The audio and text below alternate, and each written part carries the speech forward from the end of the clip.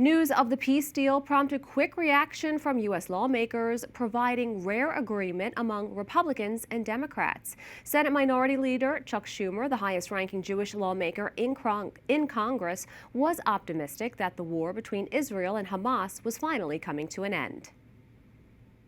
Now we await details and final acceptance and implementation from all parties of the first phase.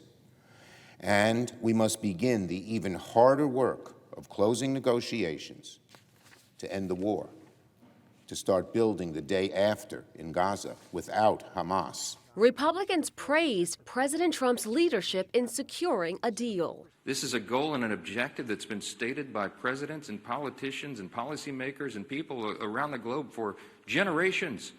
And President Trump has the strength and the vision and the resolve to do it. He's the only president who could have. I thank President Trump for stepping up, being focused on this, and making the commitment to get it done, getting those hostages home and bringing those that were murdered back home as well. While Senator Steve Daines reflected on Scripture. I'm also reminded of those words spoken by Christ in northern Israel over 2,000 years ago. Matthew 5:9 that says, "Blessed are the peacemakers."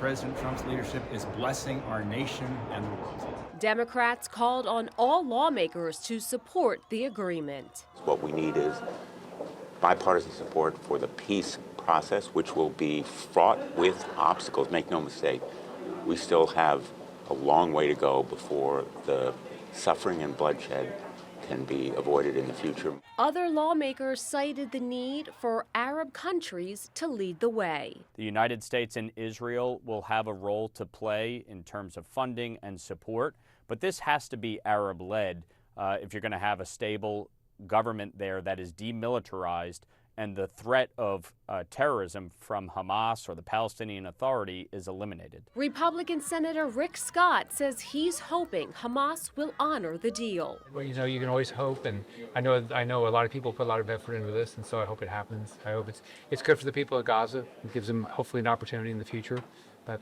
so we'll see. Some House lawmakers have introduced a bill to award the Congressional Gold Medal to American hostages and victims of the Hamas attack that sparked the war in Gaza. They could take it up when members return to session. Meanwhile, another vote fails to pass the Senate to fund the government. The shutdown now enters its 9th day, and the blame game continues as lawmakers comment on the situation. The Democratic position has been clear.